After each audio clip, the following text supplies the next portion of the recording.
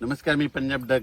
खास करून तुम्हाला एक सांगू इच्छितो की सोलापूर जिल्हा, बीड जिल्हा, लातूर जिल्हा, धाराशिव जिल्हा, सांगली जिल्हा, त्याच्यानंतर सांगलीमध्ये आटपाडी, पंढरपूर, सांगोला त्या परिसरामध्ये काय झालं, पाऊस कमी होता. पण ह्या जिल्ह्यातले सर्व शेतकऱ्याला सांगू इच्छितो, तुम्ही घाबरू नका. आणखीन जवळपास 4-5 दिवस 25 तारखेपर्यंत म्हणजे यात्रेपर्यंत, पंढरपूरच्या यात्रेपर्यंत चांगला दररोज जोराचा पाऊस पडणार आहे. म्हणून धाराशिव जिल्हा, लातूर जिल्हा, बीड जिल्हा, त्याच्यानंतर सोलापूर जिल्हा, सांगली जिल्हा, त्याच्यानंतर आटपाडी, सांगोला त्या परिसरातली शेतकऱ्यांनी अंदाज लक्ष द्यायचा.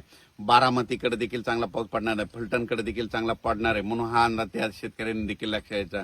त्याच्यानंतर कोल्हापूरकडे देखील जोराचा पाऊस आज सुरू होणार आहे, म्हणून कोल्हापूरच्या शेतकऱ्यांनी अंदाज लक्ष द्यायचा. साताऱ्याकडे देखील मुसळधार पाऊस पडत, कोल्हापूरकडे देखील पश्चिमेकडे मुसळधार पडणार आहे, म्हणून हे लक्ष द्यायचं.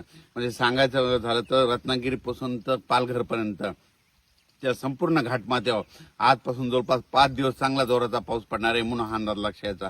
पुण्याकडे देखील आज जोरात पावसाला सुरुवात होणार आहे, मुंबईला देखील जोरात पाऊस पडणार आहे ह्या 5 दिवसामध्ये, म्हणून हे मुंबईकरांनी अंदाज लक्ष द्यायचा. नाशिकला, त्र्यंबकेश्वर त्यांनी देखील अंदाज लक्ष द्यायचा.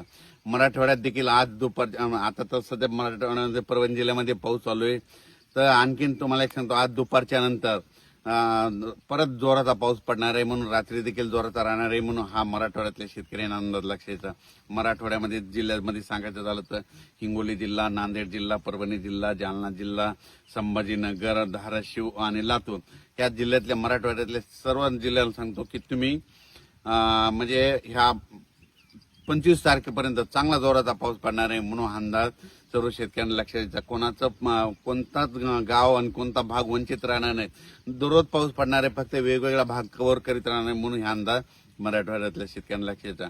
विदर्भ 6-5-11 जिल्ह्यामध्ये, वर्धा जिल्हा झालं, नागपूर जिल्हा झालं, भंडारा जिल्हा झालं, यवतमाळ झालं, अकोला, अमरावती, बुलढाणा, तिकडे देखील त्या 11 जिल्ह्यामध्ये, गडचिरोली, चंद्रपूर, तिकडे देखील म्हणजे 25 तारखेपर्यंत दररोज वेगवेगळ्या भागात चांगला जोराचा पाऊस पडणार आहे, म्हणून हा अंदाज त्यांनी देखील लक्षात द्यायचा.